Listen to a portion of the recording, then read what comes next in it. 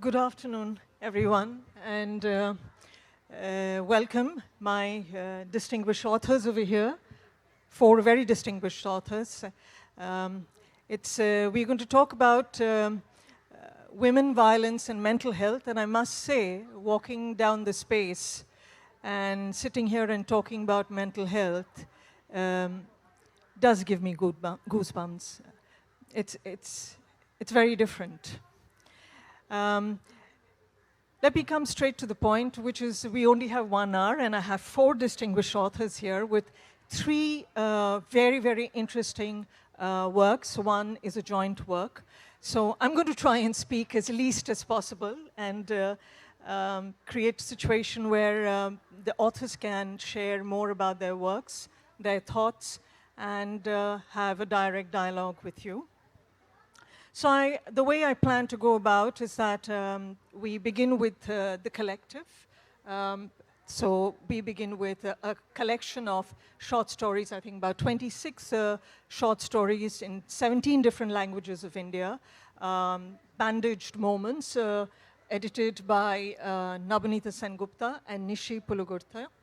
And then I wish to move to Anita Nair in a much more intersubjective manner, where her works, currently we are discussing here her book, Why I Killed My Husband and Other Short Stories. It's a collection of another 6 short stories, very, very interesting.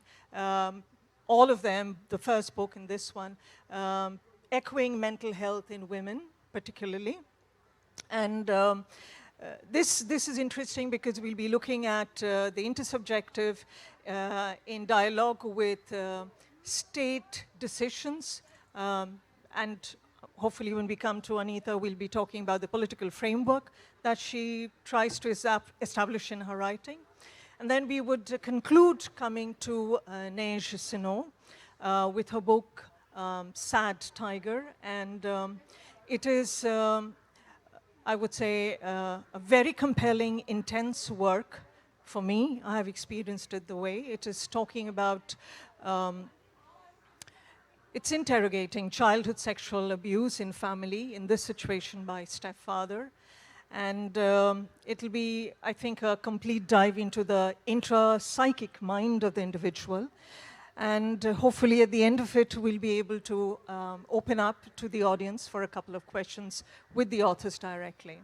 So without any further ado, I come to you. And so with Bandaged Moments, I was wondering if we could begin with, and any one of you are free to respond to it, the relevance of the title itself.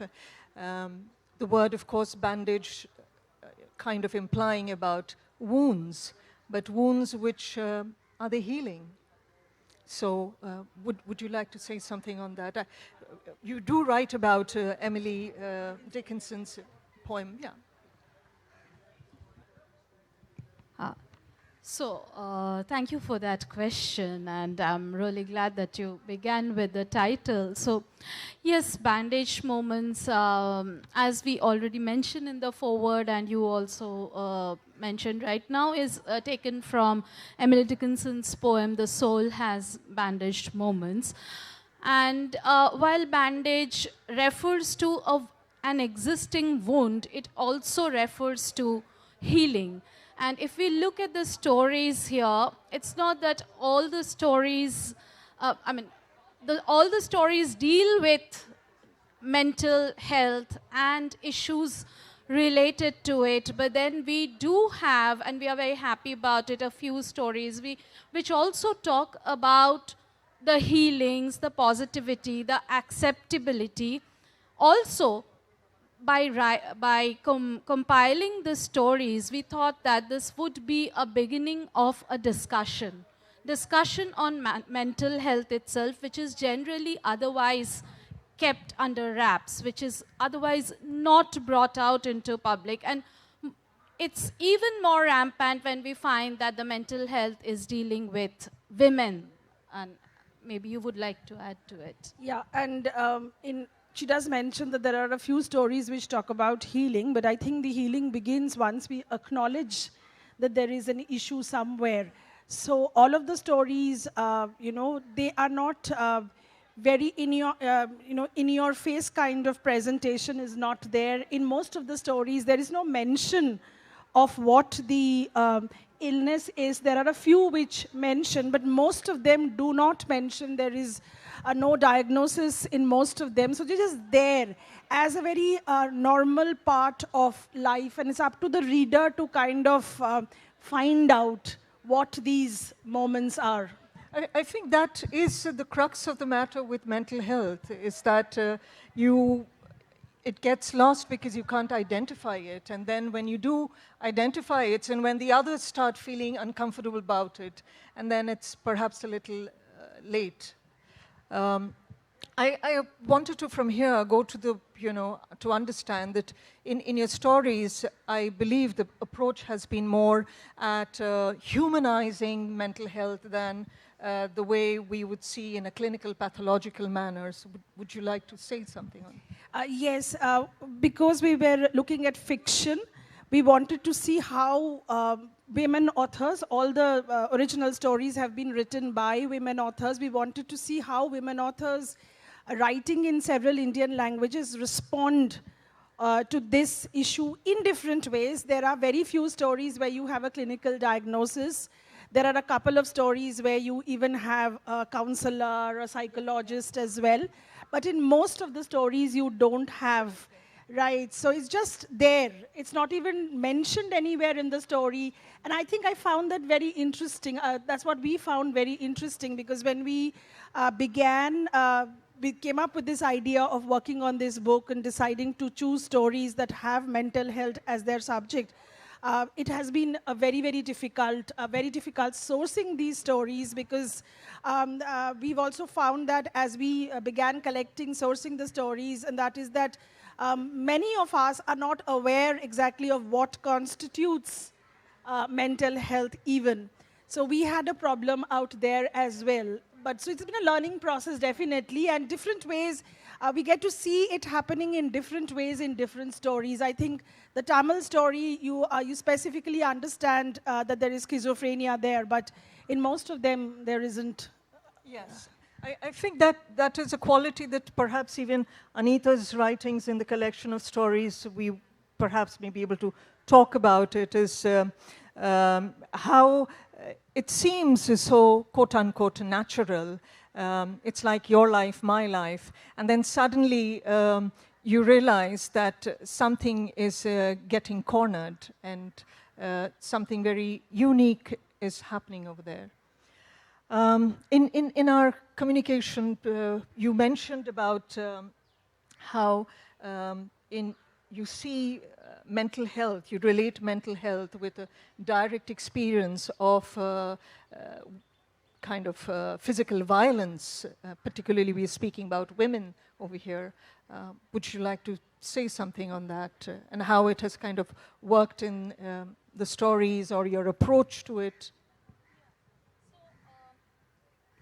So when we were looking at the stories, this collection itself, it has 3 stories which I can say that they directly relate mental health of women with the violation of women's body. So we have this girl in Punjabi story titled as Innocent, and the girl is Jhalli. The word that's used is Jhalli, which I know can't be translated properly into English, but yes. And she's kind of, she's not mentally developed to her age. And what happens at the end is she's sexually abused. We have a similar situation in the Kashmiri story as well as the Maithili story. Now, so when we are looking at women and mental health, there is a very direct relationship between physical abuse and the state of her mental health. In fact, in that Punjabi story itself, there is a point where the mother of that girl says that I was in all my sanity, and still I could not save myself from the wolves of the society. I don't know how this girl is going to survive. So, that fear of sexual violation, of exploitation is constantly there. And even in our social perception, somewhere we equate the two, because as my co-editor just now mentioned, that when we were sourcing stories, some stories we found which focused on the physical violence or the marital abuses, though they were not directly related to mental health. So we had to discard them. But then this also brought to our cognizance how we are almost equating these two, that abuses lead to mental health issues and vice versa. I think one very interesting aspect, as perhaps not so interesting, rather obvious aspect, sadly enough, as I read through the three works, women's mental health and sexual abuse seem to kind of have a correlation, and more painfully, I think you can see it's kind of brewing from the family situation itself, and that's quite interestingly we see in the three works that I have had opportunity to read through. Perhaps we can talk more about it with the other two works, and definitely a lot more with Neige's work, which is very directly targeting the family. And with that note, I think I'll kind of move to Anita for the time being, but I'm hoping that we will have occasion when the authors, please feel free to share your thoughts, respond to each other. Please, absolutely, let's kind of warm up the, I don't know, afternoon. Not easy to talk about violence and mental health in women in a warm manner. So I would like to come to directly what, when we were communicating, you mentioned, and also definitely in your preface to the book, the political framework that you talk about, and the genre that you mentioned, the state of the nation stories, how nations' decisions impact, political decisions impact individual lives, women's subjective experiences, and if you would like to share that at length. First of all, thank you for having me here, and thank you for including me in a panel like this, which talks so much about mental health. My book isn't really entirely about mental health, but yes, of course, that is the basis of all our lives, that we need to be healthy in our heads.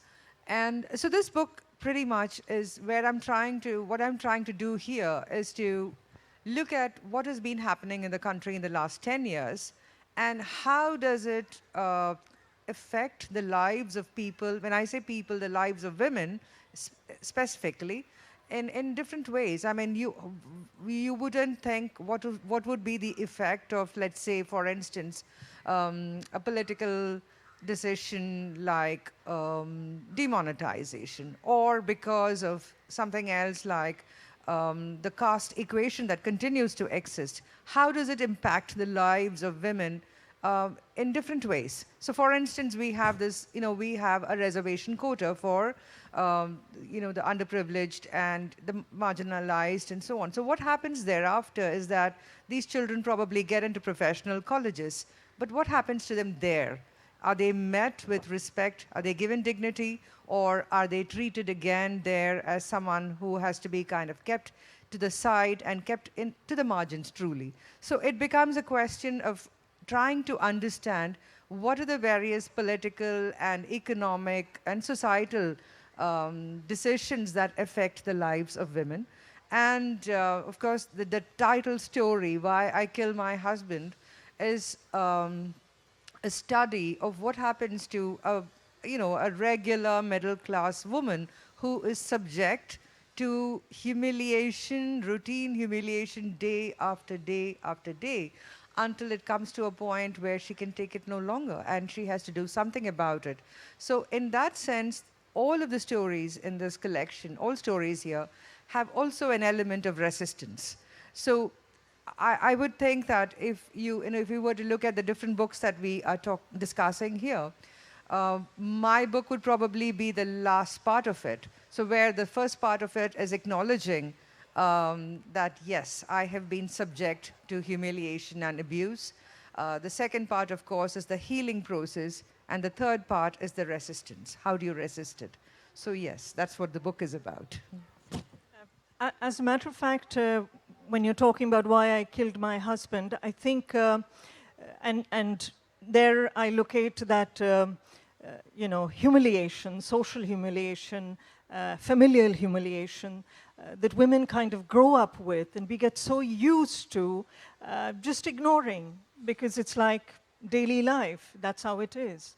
As a matter of fact, we don't even know whether at all it can be addressed, whether at all it is humiliation. So there is a kind of damage that happens to the female personality from the beginning. And to be able to assert probably is like an act of defiance, a repeated act of defiance that goes on.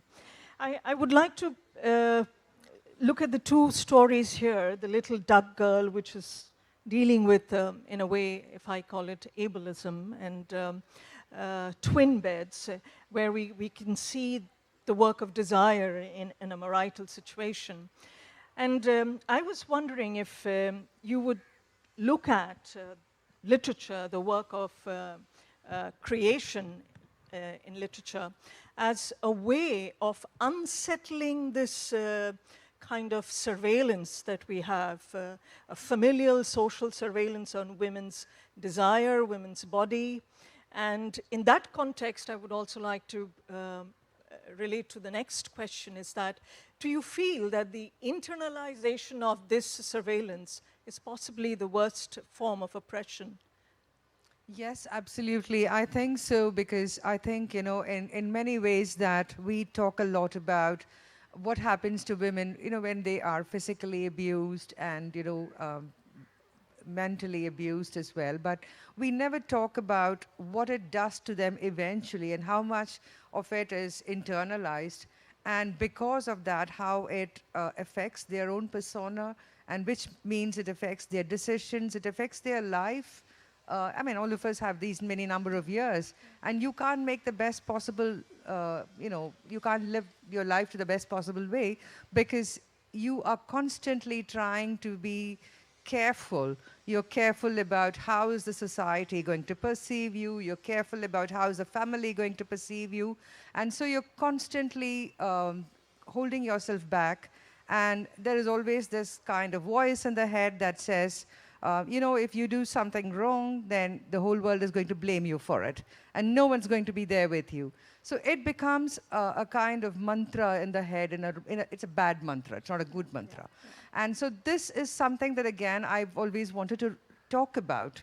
That, in many ways, we allow ourselves to be, let's say, our everything about our lives is controlled by what we think the world is going to think about us. And so this is something that I needed to talk about, because let's say it's been one of my writing preoccupations to talk about this. And because we don't acknowledge it, it's very easy to kind of point out to abuse that's manifested in different forms and say that this is how a person would react. But what about this routine judgmental eye that kind of dictates how we lead our life, how we think, even as something as basic as our thoughts, which also comes under the purview of how is it to be looked at. So that is something that I've always wanted to write about, and yes, so that is why it appears there. Could I just interfere there? She referred to 3 stories which bring in the physical abuse aspects, but the major part of the stories in the book talk of what Anita Nair has been talking about, that kind which is not visible, the violence that is not visible, but which is very much a part of our lives, and it's much more more part of our lives because it's not visible, because nobody knows that it's happening. So that's what links her, what she just now said, with most of the stories in this book. Yeah, and I think also that that's a way that part, this invisible abuse, is something that you don't know how to deal with, because you don't know how to explain it, how to justify what you're doing, because this is something that is happening in your head, and I mean, you can't even explain things that are, visible. So how do you talk about invisible abuse? I think this is the most powerful point, the invisible, and it's not legal, like you're writing in Why I Kill My Husband. It's humiliation. You can't see the wound. You can't see it, whether it's coming from the family or your loved ones. And humiliation which breaks us usually comes from our very dear and loved ones in our intimate spaces, I believe. So I think this is probably the most alarming aspect, and also the fact that it starts from the domestic ground itself. And in that context, maybe I can open it up to all of you. Do you think that even at this 21st century, do you think that the domestic space, the familial upbringing, caters to a kind of gendered upbringing, a very gendered form of, growing up?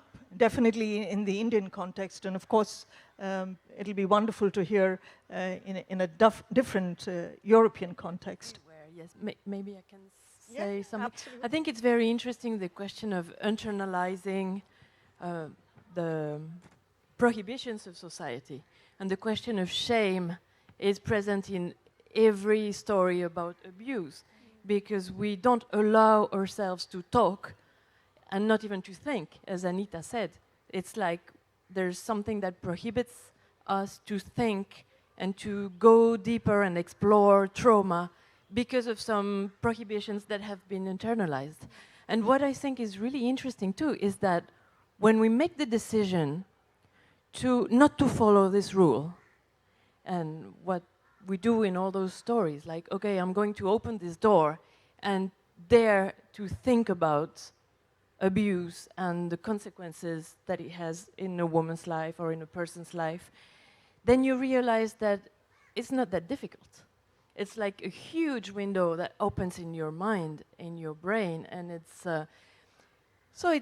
very sad to talk about mental health and to talk about abuse and to realize that it's so common everywhere. Like, I can hear the story repeats itself in every culture. But then it's very interesting too when you open this door and start going over beyond shame. And I think it's been very interesting to open that space, and that's what those stories do. I think we made a very subtle shift to Neige, which is wonderful, because it's even difficult for me to kind of figure out how I'm going to approach this with Neige. I think it's phenomenally courageous for someone to open up her vulnerabilities the way you have done. And I think that probably is the power, the emotional power that women hold. And when I was reading your book, I think on one hand, it was an absolutely overwhelming experience just to go through what you write and what you have gone through. But at the same time, in the same breath, I would say that I was absolutely overwhelmed seeing the style of writing, where there's a quality of, a perspective of memoir. Then there is a literary critique perspective, and therein there is intense psychological insight. And most beautiful, I found, is a kind of ethical engagement. So I'm wondering how you came about with the style of writing, about something so intimate about one's own life.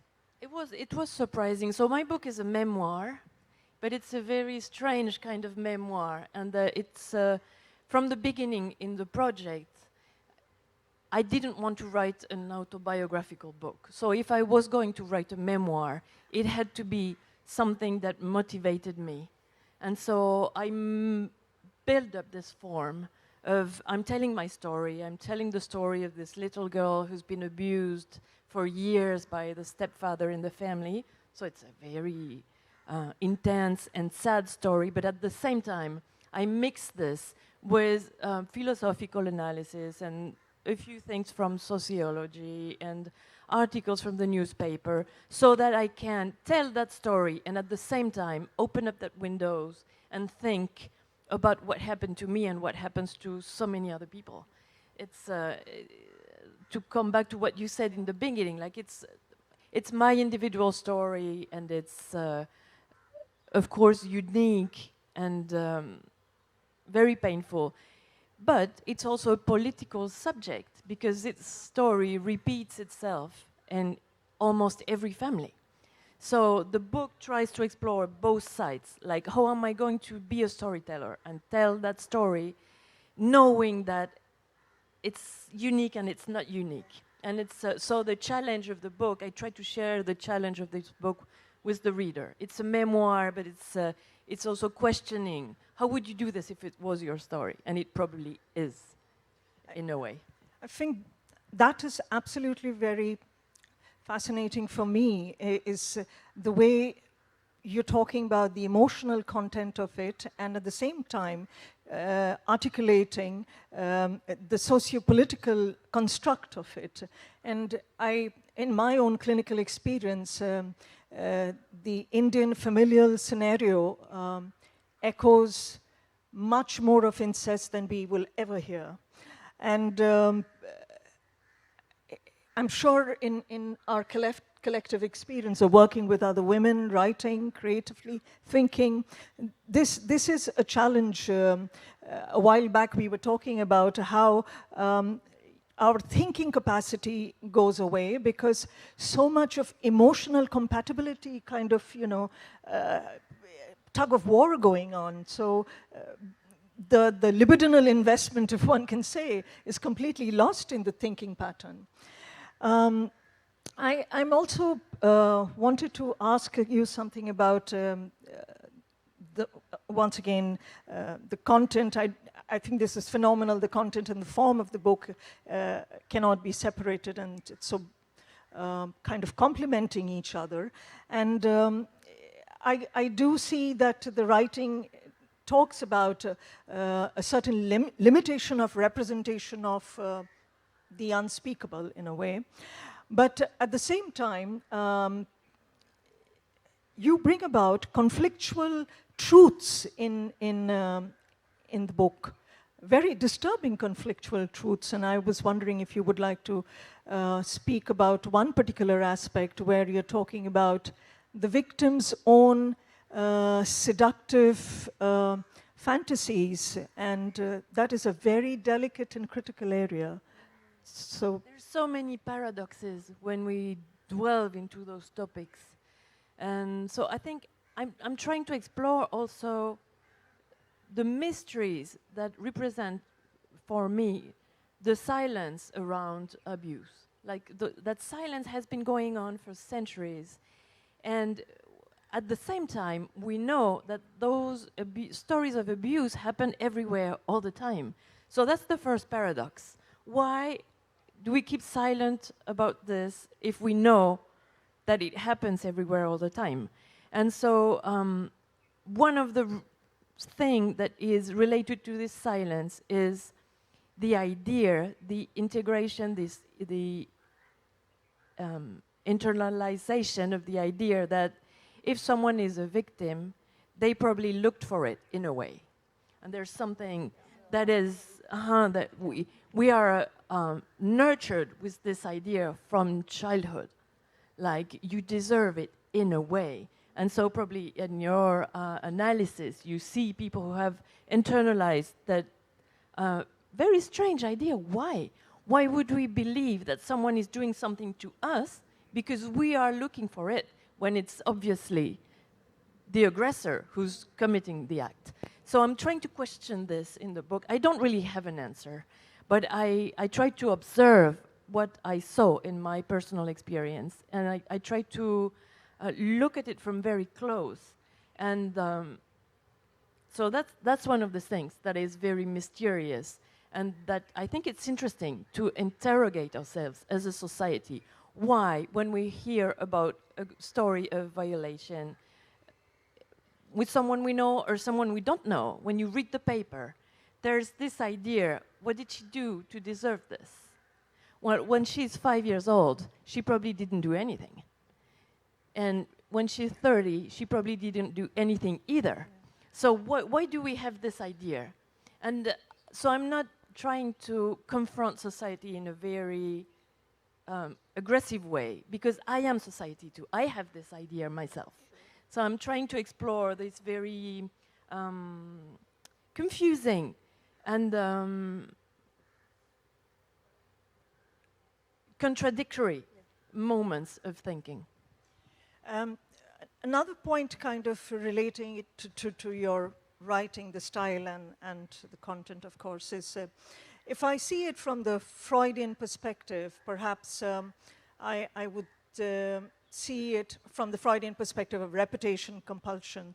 I would see the act of writing, narrating, reading, time and again narrating, as an ethical exercise, different from maybe a compulsive, pleasure-driven exercise. Keeping that in mind, when one is reading, what kind of ethical responsibility would you expect? And this is something that I think can be open to all. What kind of ethical responsibility do you expect from the reader vis-a-vis sexual abuse? That's an interesting question, because in this book, it's true that I had to think a lot about the reader, which does not usually happen when I write fiction. I don't know about you.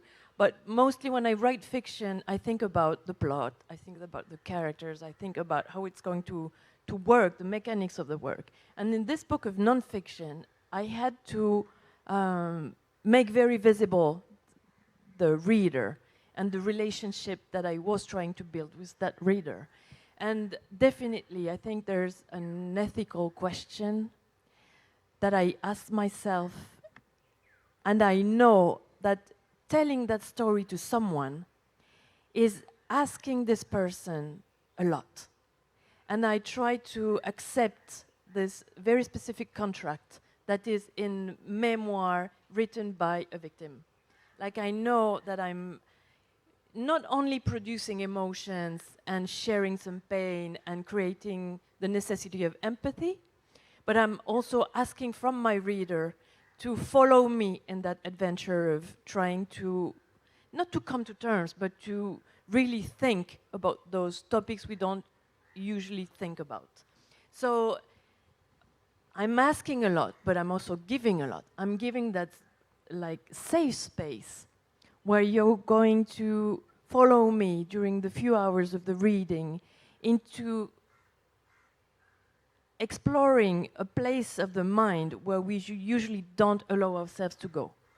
That's the form of the book. That's the project I had. Yeah. So one of the things that we were thinking when we got these stories together from the reader's perspective also was that the more we talk about this, the more probably acceptance would be greater. But when you talk about the ethics from the perspective of readers, one of the things I think is most important is to accept the stories, accept the narratives as they come, as they exist. And there I think the fictions play a more important role, because then you are distancing yourself from what is happening in the stories.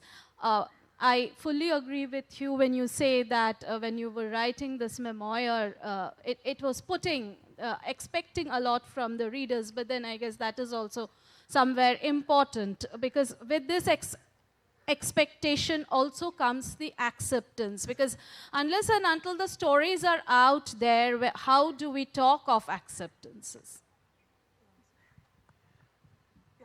I was just thinking of, when you were talking about abuse within the family, when you asked the question, and she was also saying that, and we notice it across cultures and languages. The stories, there are several stories in this book which talk about young girls being abused at home. Right. What you spoke about, what your memoir is about, is what some of these stories are about. So wherever they are produced, written in whichever language they are written in, you have the same thing repeating itself.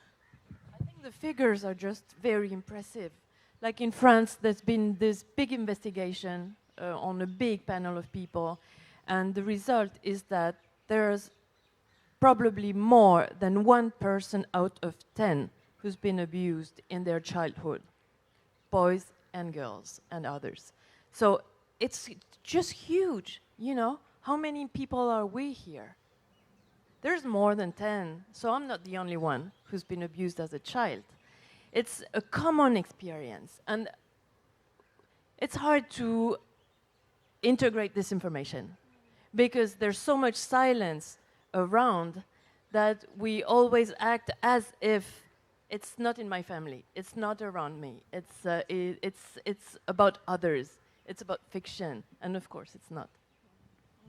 Yeah, I'd just like to take a little detour and go off to what she was talking about earlier, which is this whole thing about what did I do wrong? You know, so that is the point that I think kind of makes a lot of people hesitate about speaking up, because you're so certain, you've been told that again and again that it always is the woman's fault, or probably is the woman's fault, which is why this happened to her. Why doesn't it happen to other people? You know? So this whole talk about learning to kind of start suspecting yourself doesn't go away. It just stays there in the mind. And I'd just like to mention this specific story of mine called The Land of Lost Content, which is a story about digital crime, you know, what everybody in India has been reading about extensively. And what happens is that, you know, I'm like a victim of that, which is why I wrote that story.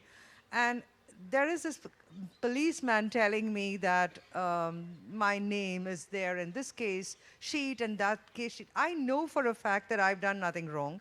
I know that I've not been, you know, doing anything illegal. Yet, somewhere back of my mind, I'm questioning myself, did I do something wrong? You know, and I think that is exactly the point that comes with abuse as well. You know, you're constantly being told that it's always your fault, which is why you are in trouble. And I think this brings me to the other question, the ethical engagement. And I think one of the things that as writers and as female writers we ought to be doing is to be able to talk about these things. And unless we talk about it, you know, a person is not going to feel reassured, the reader, I mean, is not going to feel that it's not entirely your fault. Bad things happen to good people. So it's not your fault, and just kind of give yourself a break there, you know? I'm just wondering, and once again, this is something everyone, it can be open to everyone. Do you think in terms of, taking off from Neige's work, which is directly to do with incest in the family, do you think there is an element of loyalty and betrayal kind of issue with the family that kind of works somewhere at the back of our minds to not talk about it other than the shame and the humiliation? The fact that nobody is going to believe you, that's the first thing. That is your first deterrent.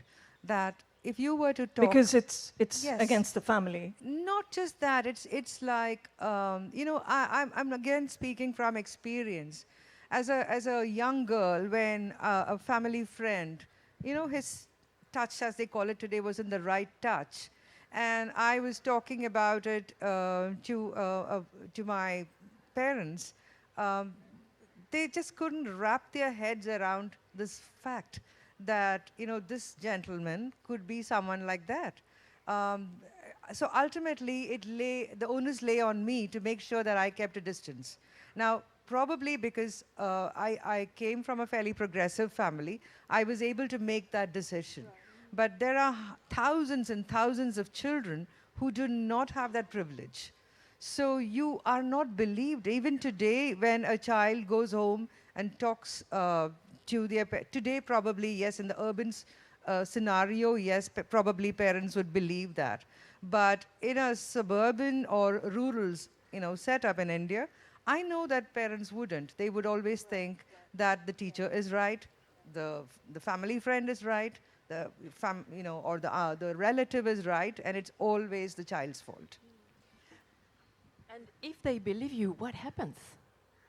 It's even if they believe you, the world around you is going to crumble. So everything, and again, it's an individual and a political topic all the time, because everything is made up in society so that the person who speaks out, or they don't believe them, or if they believe them, they are excluded from the group. They are the one who is bringing the problem in the family, who's bringing the problem in the school, who's accusing someone. You're to blame because you're accusing someone. It's kind of unsettling all balance. It's like perversity. Everything is reversed. Like the one who speaks out is the guilty party in the story for society, for the group. Have you, I'm sure all of us know the story about Alice Munro and her daughter talking about, the abuse with the stepfather, and the mother saying, don't ruin my life. So it just comes down to that, absolutely, yeah. I just wanted to bring a third aspect to what both of you said, that what if the victim herself doesn't understand what's being done to her? What happens then? Because we came across stories here where, particularly the two stories I mentioned, the Kashmiri one where the girl is completely clueless, even the Punjabi one where the girl again doesn't know. So how do you deal with abuses then where you are not even aware? And many a times parents are not even aware as well. So you can only take responsibility or at least try to do something when you understand what is happening to you. And there's also what you said, the urban-rural divide, yes, right? Because in urban schools you have children being taught. What about it in places where you don't have that access Absolutely. to that knowledge, to that conditioning, much which more we in see. the Indian context. Yes. Yeah. I think I'm going to, if there's something that my panelists, co-panelists would like to ask each other, it's most welcome. But I'll have a common question and then open up to the audience to directly converse with you. This was in communication with Neige, and you did mention about the aspect of power and denial working in terms of violence against women, and particularly sexual abuse. So maybe all four of you, if you would like to respond, and we can start with you, Neige. Yes, again, it's the question of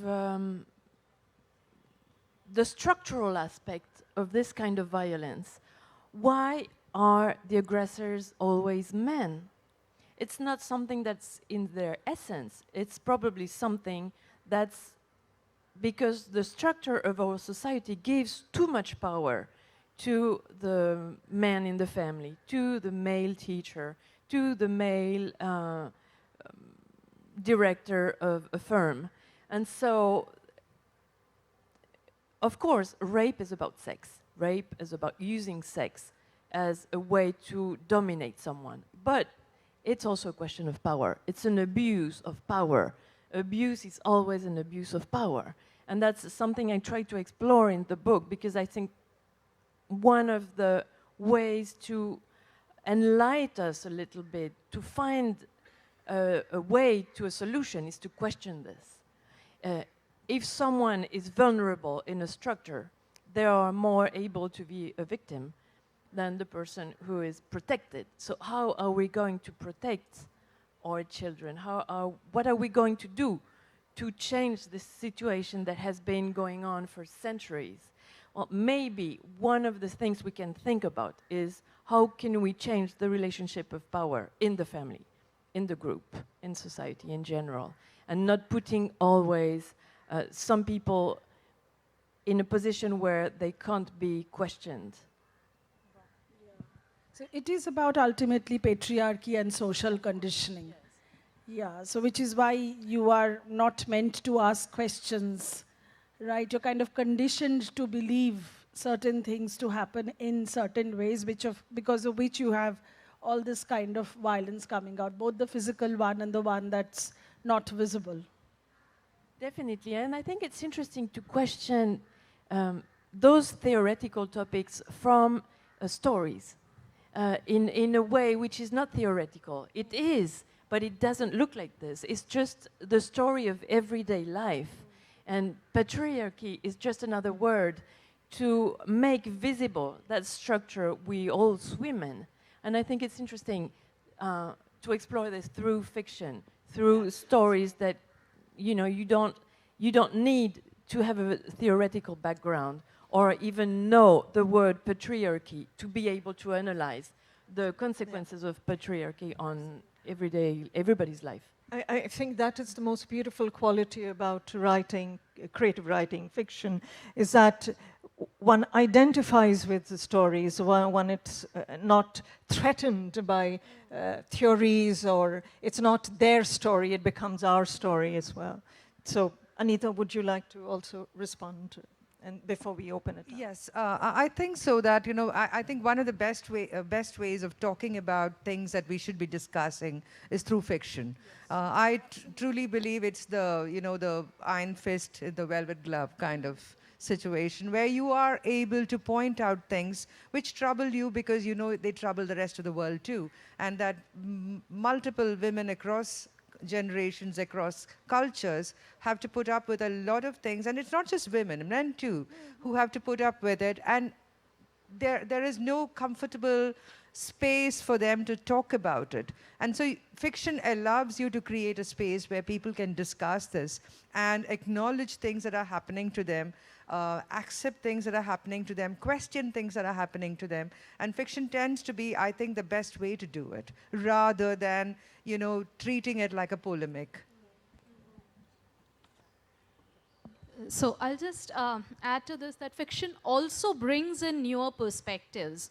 We are talking about the power structures, and I think I'll just go back to the book Bandaged Moments, where we actually have stories which kind of subverts that power structure. Particularly the story that comes to my mind, the Bhojpuri one, where the entire family comes together to save a girl who's been a victim of who got pregnant by her lover, but then the lover ditched her and went away, and then the family comes and supports, but she becomes a victim of obsession. So obsession is the mental issue here. But what I found beautiful in this story is how this entire narrative of protection, or the family coming together to help someone in distress, is reformulated and presented in a way where you end with a hope. And there's another story, and can see so many young college students out here, so I just thought I'll mention it, which is, again, and we were very surprised, it's a Magahi story, again set in a rural setting. We were also talking about the urban and the rural setting, so this again breaks that divide, because there that girl herself says that, "Ma, I am in depression," and that's how she pronounces it, depression, yeah, and the way they talk about it. And finally, the mother is forced to kind of accept that she needs to be given some professional help. So these are the ways we are challenging the set thoughts, the normative thoughts, and that's that probably can be best done with fiction. Yeah, and to add to what you say about fiction, One, there is a distance, there's a distancing, but the second point, and I think that's more interesting, is that we often go back to reading the same story over and over again, and each time we go back at different perspectives which come out, a different way of reading and engaging with the story also happens. Thank you. And I think now we have some time for, yes, there's a lady at the back with a black sweater. Yeah, I think she would require a mic, probably.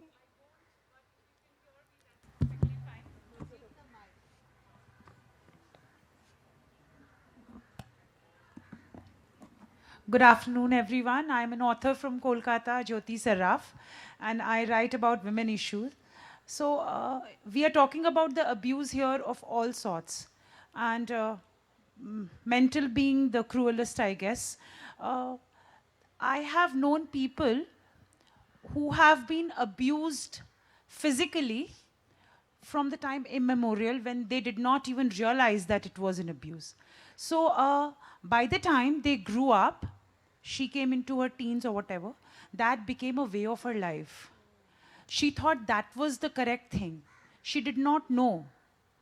So this is something when she grew up more and when she was matured, then that physical abuse turned into a mental one, and she was abusing herself. That is also the case. So I would like to know, then when she got married, we are talking about the progressive society, we have changed, we have been educated, but even now when men are more educated, women are more educated, even then this abuse system is going on. This has become like I should not say a word, traditional culture or something like that. So now that one line, कि तुमसे नहीं हो पाएगा, I'm sure if you can, that is also an abuse. तुम ये करने का सोच रही हो, ये नहीं हो पाएगा. You can't do this. That is also one kind of abuse. I don't know how one should deal with that. I mean, that is, from the childhood till the time when most of our life is finished. 50% of the life is gone since we are not sure how much we are going to live. So, this is also one kind of abuse, कि तुमसे नहीं हो पाएगा. You can't do this. Gaslighting is something, it's so very common, and it's something that most people are not aware of. That the line you say, "Tumse nahi ho payega," sounds like a very simple kind of a line, but if you're constantly told that, and as you say, it happens to somebody over a period of time, you kind of get socially conditioned to believe that that is true. And that's so much a part of our world. I don't know how, we need to speak out against it more often. That's the only way we can. And we need to understand that that's wrong. And not accept it as right is, I suppose, the first step.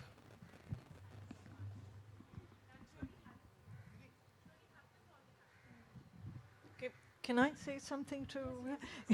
I think I just wanted to say, probably all the authors here have written about it. In a situation of abuse, there is something very intimate and intense between two people, the one who is getting abused and the other abuser. And it is contradictory, but it stays with its contradiction, and would like to time and again bring that intensity about in one's life. Otherwise, if the pattern is so strong, one just feels so empty without it. Just one thing. I just wanted to say that it's a fantastic session, extremely well focused, basically because of Jhuma Basak, I think, the coordinator, because it's been very focused. And I have learned a lot. And everyone spoke very well. And it's a question, of course I know Anita, but I'm asking a question to Neige.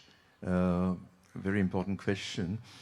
The Indian power structure is very different from the Western power structure, and especially France, which is an emancipated country. Way ahead in many, many ways. I've been there many, many times, so I know it very well. I know the writers very well. I'm just asking a question. because your book is for the audience and for the panel, is I think the most talked about book in France. It's not easy. It's not easy. A country where there are so many giants, she is one of the most talked about writers in France. After getting Prix Goncourt des lycéens, just I'm asking you the question of the same problem. Sorry. The same problem. The question of, for example, your first book is called La vie des rats, the life of rats. Yes. And the last book, the third one, is called Triste tigre, sad tiger. So you're using animals, metaphors of animals, like Marie Dariussec, the earlier writer who wrote about pigtails, truism, which shook France in the 90s. So the question I'm asking is, were you influenced by Annie Ernaux for this confessional kind of literature? And another thing is, memoirs is also a great part of French literature. We don't forget Rousseau in Confessions. All this was very surprising to me. The first surprise for me was to write a memoir. It was not my plan. I studied literature, I studied fiction, short stories, it was my obsession for years, and novels, and really I was not interested by autobiography and memoir. So I came very late to reading Annie Ernaux for some reason. And so really the book imposed itself on me, and I had to delve into autobiography in this moment. And of course, I think Annie Ernaux is a very important influence, but not really in my formation. It's just because it's very surprising what happens to you when you write. This book is not the book I was planning to write in the first place. But I suppose it's also a question of momentum, and the success of the book is also a question of momentum. Like, it comes in a moment where we question patriarchy through fiction, through memoirs, through first-person narratives, and so it just happened as a surprise. And it's very interesting because we couldn't plan this. It's just something very interesting in the life of a writer, when the obsession I had with this book was to finish the book. And I had to discover that what was obsessing me and interesting me corresponds to what was interesting so many different readers at the same moment. And it sometimes happens. Most of the time it does not. My first books, I wrote them in complete solitude, and very few people read them, which is, you know, the normal life of books. And at some moments, there's just some correspondence of destiny, and there's a topic that comes out, and we happen to all be concerned about the same subjects. And it was a surprise, and very nice one for me. We'll probably be able to take one more question. You may figure out who. Good afternoon. Good afternoon to the panel. Okay. This question is for Neige. If I recall correctly, you said that this story is incomplete. You can never say the full story. I wanted to ask you, is it ever possible to tell the whole story? And my second question would be about language, because the language that we use to describe abuse, it feels perversive. When we talk about things as seduce, for example, a word, it feels incorrect to use that word to describe something that has happened to us. So is there another language that we can create to tell correctly, like, what should I say, to at least talk about it without feeling like we are doing something incorrectly? That's my question. Thank you. Yes, I think there's a lot of frustration going out when we try to tell any kind of story that happened to us. Like, and when it's about stories which are forbidden, it's even worse. Like the word rape, the word violation, the word abuse, does not make justice to what happened to me. Even, nothing is good enough. Language is not enough to tell stories, but that's what we have. So it's paradoxical. It's wonderful we have this, but it's not enough. And I think it's the whole question of fiction too. We try to explore something that is, reality is so complex. Language is complex, but it's not as complex as the things we go through. You wanted to add something? No. But it's, it's the contradiction of trying to come to terms with a story, having only the tool of language. That's the only thing we have. I think okay, the last one. We have no time, sorry. I don't want to take up the next session's time. Ma'am, here, I'm sorry. I'll take this question and then you can go ahead. I think we'll have to conclude with this last question. I'm sorry. The organizers over here, are we granted? One more. Fine. Okay. Thank you, ma'am. Good afternoon, ma'am. My name is Aditi Roy, and I've been a content writer all this while. Women and sexual abuse is a very interesting and vast chapter. It can go on for ages. So, talking about invisible abuse, if somebody has to face it, invisible abuse day in and day out, and particularly when there is no way of approaching the legal framework. Along with that, like all of you have mentioned, that committing a suicide is also a kind of threat to the society. How is it supposed to be dealt with?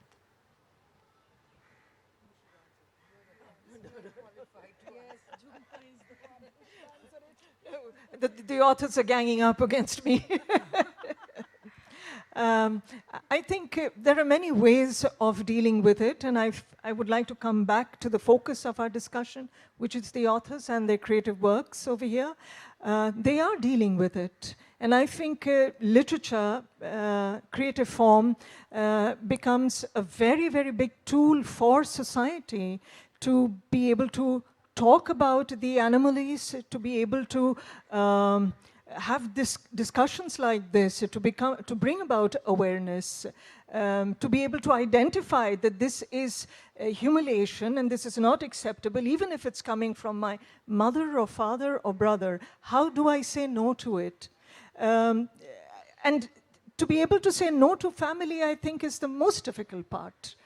But I think if we read their works, which I believe should be around somewhere here, I think we will be able to see how they are dealing with things which are unspeakable.